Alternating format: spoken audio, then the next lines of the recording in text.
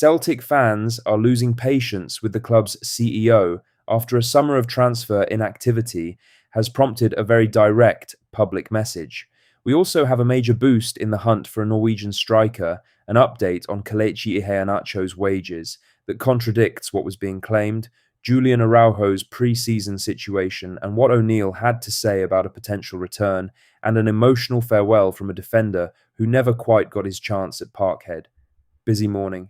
Let's get into it, but first make sure you like this video and subscribe to the channel for more Celtic content.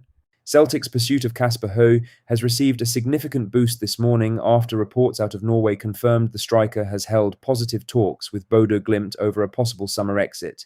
Ho is 25 years old and has been one of Scandinavia's most productive forwards over the last couple of seasons. Since arriving at Bodø Glimt, he has scored 54 goals and contributed 22 assists in 103 appearances, and his performances in the Champions League last season only raised his profile further. That run also earned him a senior debut for Denmark, where he has already got off the mark at international level. Norwegian outlet Avisa Nordland reported this morning that Hø has had what they described as good discussions with club officials about a potential departure. Bodø Glimt are said to be open to selling if their asking price of around £7 million is met. Celtic were linked with Hø over the weekend, with reports suggesting the club had revived their interest ahead of the new season. The need for attacking reinforcements has become increasingly obvious this summer following the collapse of talks to keep Kelechi Iheanacho, and with Dyson Maeda potentially heading to Ipswich Town. Camilo Duran has arrived and made an encouraging start, but O'Neill will want more options in the final third. If the reports are accurate, the door appears to be opening. Whether Celtic are willing to meet Bodø Glimt's valuation is the key question, but the early signs from Norway suggest a deal is becoming a realistic possibility. Now for the main story, as Celtic CEO Michael Nicholson is facing growing calls to be removed from his post following another summer of slow and limited transfer activity that has left the support frustrated and increasingly vocal. Celtic have made just one signing this summer. Camilo Duran arrived and has done well in pre-season, scoring against Sporting CP and Middlesbrough in friendly wins. But one arrival was never going to be enough, heading into a campaign that includes Champions League qualifying. With less than 2 weeks until competitive football begins, the squad remains largely unchanged, while several key players could still leave. Nicholson recently met with the Association of Irish Celtic Supporters Club in Cork, alongside Martin O'Neill and Brian Wilson. Minutes from that meeting were later published online, and they did not make comfortable reading.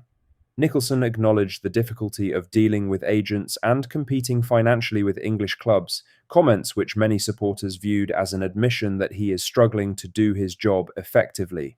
That prompted a statement from the Celtic Supporters Association, highlighting their increasing alarm at how the club is conducting its transfer business.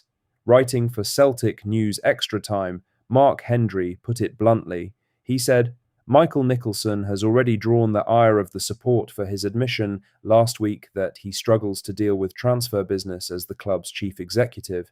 It was baffling to essentially hear the man accept that he finds it difficult to do his job. From the moment the Association of Irish Celtic Supporters Club produced the minutes from their meeting with Nicholson, Martin O'Neill and Brian Wilson, it really has felt like the writing is on the wall for the CEO. Everywhere you look, there are countless YouTube videos from popular content creators demanding he be removed from his post.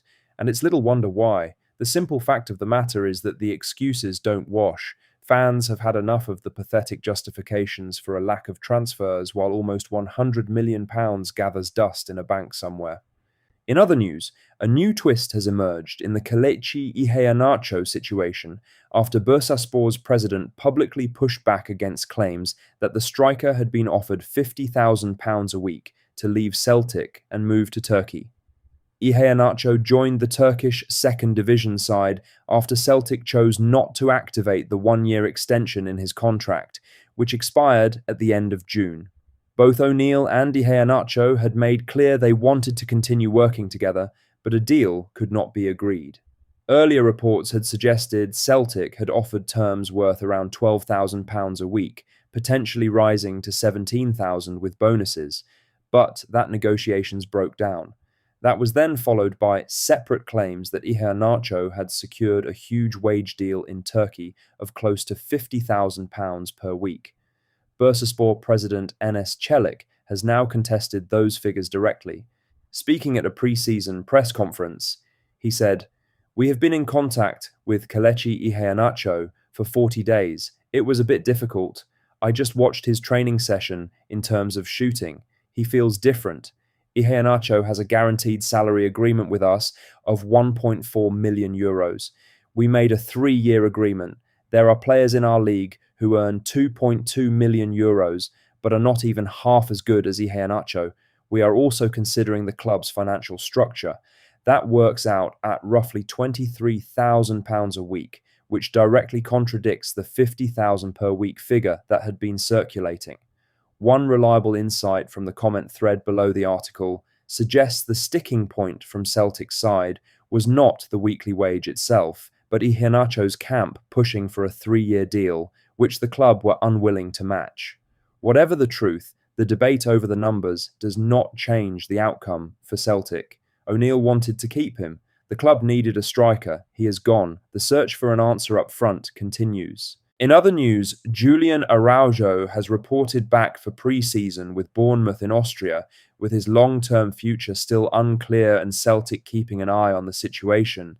The Mexican international spent the second half of last season on loan at Celtic and quickly became a popular figure with supporters. He brought real quality and energy to the right side during Alistair Johnston's injury absence, and there was genuine momentum building before an injury cut his own campaign short.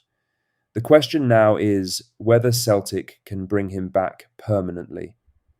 O'Neill addressed that directly last week, saying, "I felt he did very well for us.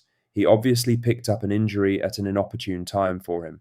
We are talking about a fight for right back with Ali Johnston and Colby Donovan. I don't know if Bournemouth would loan him out again. I would think they would want to sell him.